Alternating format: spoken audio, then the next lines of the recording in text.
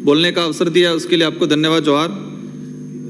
आज राज्यपाल के अभिभाषण पे पक्ष विपक्ष दोनों के द्वारा चर्चा की जा रही है। पिछले 4 अभिभाषणों को हमने देखा।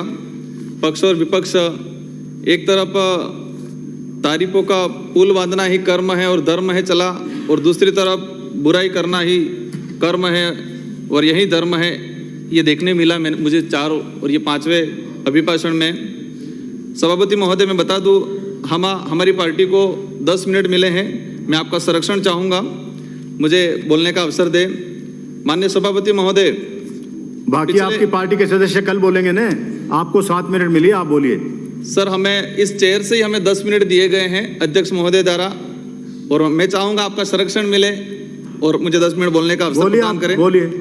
माननीय सभापति महोदय, पिछले इन 4 सालों के अंदर हमारे राजस्थान की सरकार ने, जैसे कि हमारे विधायक कोटे का जो राशि थी उसको बढ़ाया, मिसिंग लिंक सड़क दी, हमारी विधानसभा क्षेत्र में पेयजल के लिए करेणा प्रोजेक्ट जो स्वीकृत किया, इन सभी कार्यों के लिए मैं धन्यवाद देना चाहूँगा।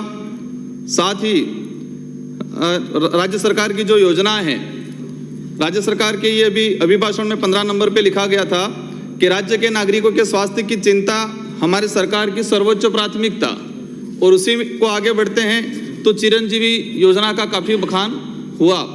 माननीय सभापति महोदय, चिरंजीवी योजना एक शानदार योजना है, लेकिन धरातल पे जा पा रही कि नहीं जा पा रही? क्या ये योजना सिर्फ कागजों में सीमित हो पा रही है? माननीय सभापति महोदय, ये आदिवासी बाहुल्य क्षेत्र के अंदर मैंने पिछली बार एक क्वेश्चन लगा के आंकड़ा निकलवाया कि आदिवासी क्षेत्र में जो गर्भवती महिला है, एनीमिया का क्या आंकड़ा है, तो 70% एनीमिया महिला है, और एक बैंकर जो आंकड़ा आया 2,15,712 महिलाओं का टेस्ट हुआ, और इसमें से 1,39,000 महिलाएं एनीमिया पाई गई, और इसमें से 11,000 जो महिला है उनके अंदर बैंकर एनीमिया पाया गया। इससे यह साबित होता है कि हमारे स्वास्थ्य विभाग को लेकर जो योजना है वो कहीं न कहीं एक धरी रह जा रही है और कागजों में सिमटती हुई जा रही है। माननीय सभापति महोदय, निःशुल्क जांच की बात होती है, निःशुल्क जांच अच्छी बात है, हो भी रही है, लेकिन जो सरकारी हॉस्पिटल है, हमारे पीएचसी सीएचसी है, उनमें मशीनें खराब होने की वजह से नहीं हो पाती है, और वो लोग प्राइवेट जगह पे जाते हैं और प्राइवेट पे इतनी मोटी रकम वसूली जाती है। राज्य सरकार की ओर से कोई गाइडलाइन नहीं है कि किस प्राइवेट जो क्लिनिक है उनसे कितना जो मरीज आ रहा है उससे कितना राशि लिया जाए, अभी तक कोई तय नहीं हो पाया है। माननीय सभापति महोदय, आदिवासी बाहुल्य क्षेत्र के अंदर एक सिलिकोसिस नाम की एक भयंकर बीमारी है, और उस बीमारी के बारे में राज्य सरकार अभी तक चिंतित नहीं है। लगभग कई डॉक्टरों को भी इसके बारे में नहीं पता है, लेकिन ये अनुवांशिक बीमारी है, और इस बीमारी को लेके गुजरात सरकार देखे, महाराष्ट्र सरकार देखे, आंध्र की सरकार, केरल की सरकार काफी चिंतित है। ये एक सिलिकोसिस सिकल सेल बीमारी, जो सिकल सेल बीमारी एक अनुवांशिक बीमारी है, और अधिकतर ये ट्राइबल इलाकों में पाया जाता है, और ये गुजरात में जो ट्राइबल इलाका है उसमें 14% ये सिकल सेल बीमारी अब तक पाई गई है, लेकिन राजस्थान के अंदर हम इसकी स्क्रीनिंग नहीं कर पा रहे हैं, और मैं चाहूँगा इस सदन के माध्यम से कि इसकी स्क्रीनिंग की जाए और इन लोगों को दवाई उपलब्ध कराई जाए। माननीय सभापति महोदय, अभी पिछले बजट में हमारे आदिवासी विकास कोष के लिए 500 करोड़ रुपए का प्रावधान किया, सुन के बहुत अच्छा लगा, लेकिन इस बजट का अब तक कहाँ उपयोग किया गया, वास्तविक वो बजट धरातल पे नहीं उतरा गया। अभी इस अभिभाषण में 13 नंबर पे लिखा हुआ था कि आदिवासियों का गौरवशाली इतिहास संस्कृति का संरक्षण किया जाएगा, उसके लिए बजट का प्रावधान किया जा रहा है, लेकिन दुर्भाग्य ये है कि जिस संस्कृति के आधार पे हमारे लोगों को जो सर्टिफिकेट मिला है, और उस सर्टिफिकेट के आधार पे हम लोग चुनाव जीत के यहाँ पर आते हैं। माननीय सभापति महोदय, आज मैं विधायक बना हूँ तो मेरे क्षेत्र की जनता ने मुझे मत दिया, और जब मैंने आवेदन किया तो मैंने सर्टिफिकेट लगाया, आदिवासी होने का, उस क्षेत्र का नागरिक होने का सर्टिफिकेट लगाया, तो मैं वहां पर मेरा नामांकन पास हुआ।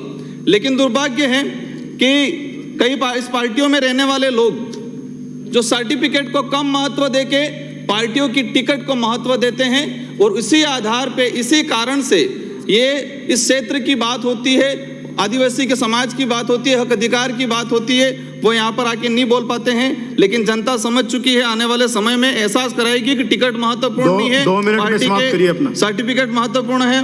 माननीय सभापति महोदय, शिक्षा के क्षेत्र में एक क्रांति आई, कहना है शिक्षा का अधिकार अधिनियम 2009 लाए गए, लेकिन वर्तमान समय के अंदर हमने स्कूलें खोल दी, सब कुछ किया, हमने व्यवस्था ऐसी बनाई है कि पता नहीं ऊपर के जो IAS लोग हैं किस तरीके से बैठते, सुबह 11 बजे से सूचना मंगाते, जो टीचर लगा हुआ, एक टीचर पोशार पे लगा रहेगा, एक टीचर शाला दर्पण पे लगा रहेगा, एक आधा प्रशिक्षण में जाएगा, तो बच्चों को कब पढ़ाएंगे? हम ऐसी व्यवस्था करें कि कोई भी सूचना मंगाए तो सुबह 10 बजे से 3 बजे तक किसी प्रकार की सूचना नहीं, शाम के 1 घंटा जो समय रहता है 3 से 4 बजे, उस दौरान ही किसी भी प्रकार की जो सूचना है उस सूचना को मंगाया जाए।